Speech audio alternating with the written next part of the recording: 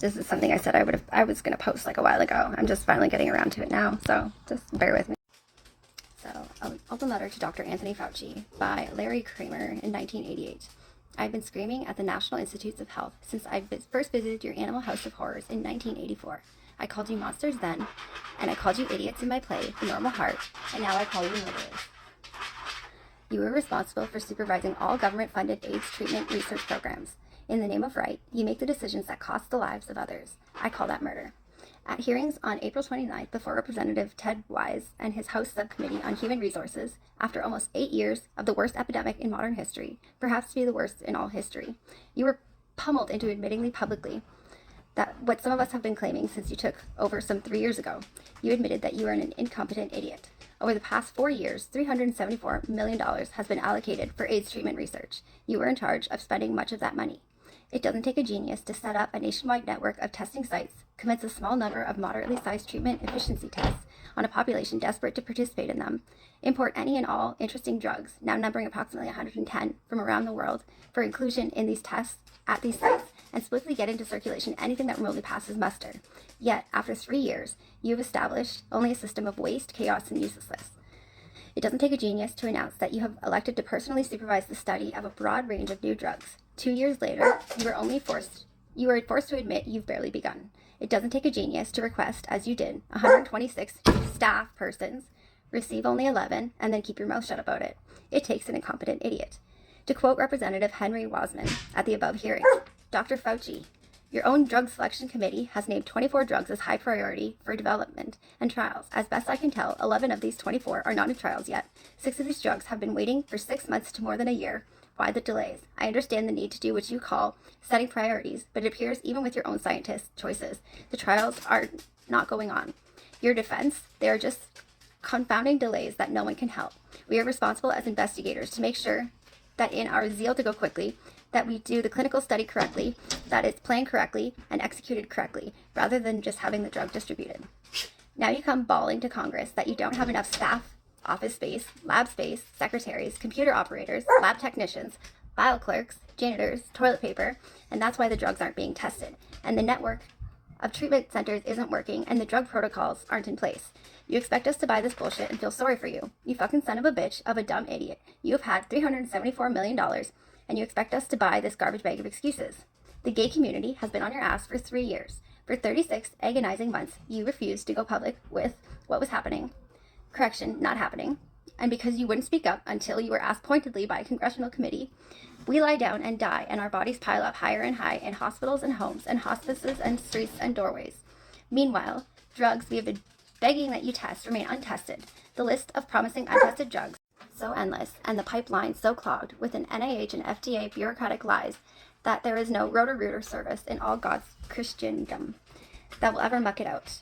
You whine to Congress that you are short of staff to set up hospital treatment centers around the country. The hospitals are already there. They hire their own staff. They only need money. You have money. You have $374 million fucking dollars, for Christ's sake. The gay community has, for 5 years, told the NIH which drugs to test because we know and hear first what's working on some of us somewhere. You couldn't care less about what we say. You won't answer our phone calls or letters or listen to anyone in our stricken community. What a tragic pomposity. The gay community has consistently warned that unless you move quick, your studies will be worthless because we are already taking drugs into our bodies that we desperately locate all over the world. Who can wait for you? And all of your scientific protocols are stupidly based on utilizing guinea pig bodies that are clean. You wouldn't listen, and now you wonder why so few sign up for your meager assortment of scientific protocols that make such rigid demands for purity that no one can fulfill them unless they lie.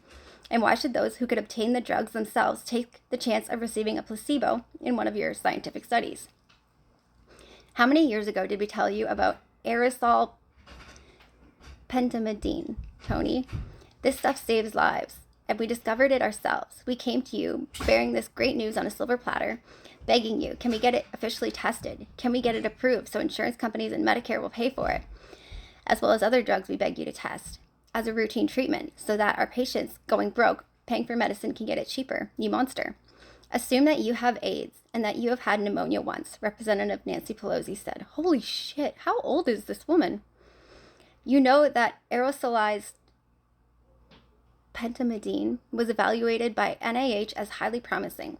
You know as of today that the delays in the NIH trials may not be solved this year. Would you wait for an NIH study?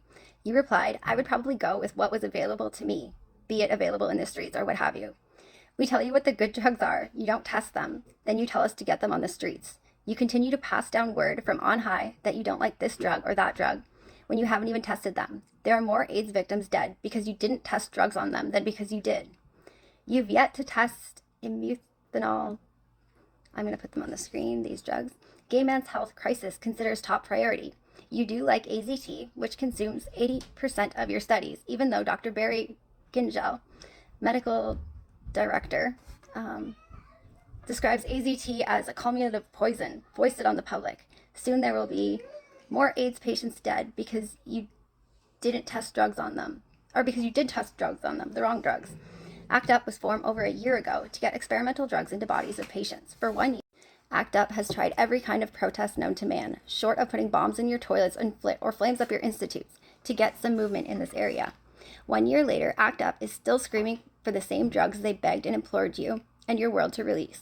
1 year of screaming, protesting, crying, cajoling, lobbying, threatening, and preaching, marching, testifying, hoping, wishing, praying has brought nothing. You don't listen. No one listens. No one has ears or hearts. Whose ass are you coming for, Tony? Besides your own. Is it the head of your animal house, the invisible Dr. James Wyagarden, director of the National Institute of Health, and may a Democratic president get him out of office fact?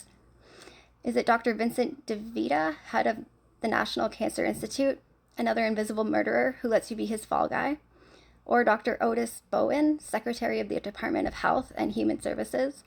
No doubt the biggest murderer on this list. Schultz and Weinberger would never take such constricting shit from the Office of Management and Budget.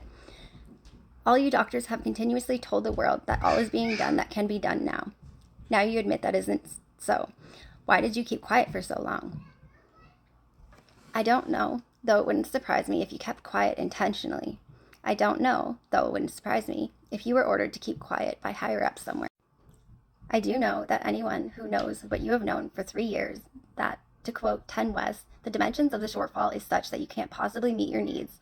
And to quote the New York Times and their grossly incompetent AIDS reporter, Philip Boffey, whose articles read like a recycled NIH release, officials blame shortages of staff for delay in testing AIDS drugs.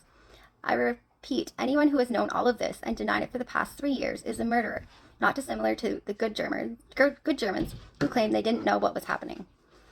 With each day, I realize a little more that the gay community has lost the battle, and that we haven't even begun to experience the horror that still await us. Horrors even worse than you now embryonically signify. We have lost. No one important enough has ears or hearts. You care, I'm told, although I no longer believe it. I've even heard you called a saint. You are in essence a scientist who's expected to be la loca. But saints, miracle workers, good administrators, brilliant scientists have imaginations vivid enough to know where to spend $374 million in a dire emergency. You have no imagination. You are banal, a word used so accurately to describe henchmen. Do I want you to leave? Yes. Could your replacement possibly be more pea-brained than you? Yes, it is possible. Will this raving do any good at all? Will it make Congress shape you up? Will it make my own community's bureaucratically mired AIDS organization finally ask the right questions? Judy Peabody, please take note. Will Dr. something Krim ever, as she indicated she would get the American Foundation for AIDS Research to fund the desperately needed and desperately needy community research initiative, which is vehemently attempting to do what you should be doing? So tired are we of waiting for you to do it? I have no answers to most of these questions. You may, God help us, be the best that will be given to us. You may, like John Lichtman, whatever, once accused, seek redemption and forgiveness by rethinking, retooling, and, like Avis, trying harder. Even more miraculous than those supreme murders in the White House, might tomorrow acknowledge that families simply everywhere have gay sons and daughters. But I fear these are only pipe dreams, and you'll continue to carry on with your spare equipment. The cries of genocide from this Cassandra will continue to remain unheard, and my noble but enfeebled community of the weak, the dying, and the dead will continue to grow and grow until we are diminished.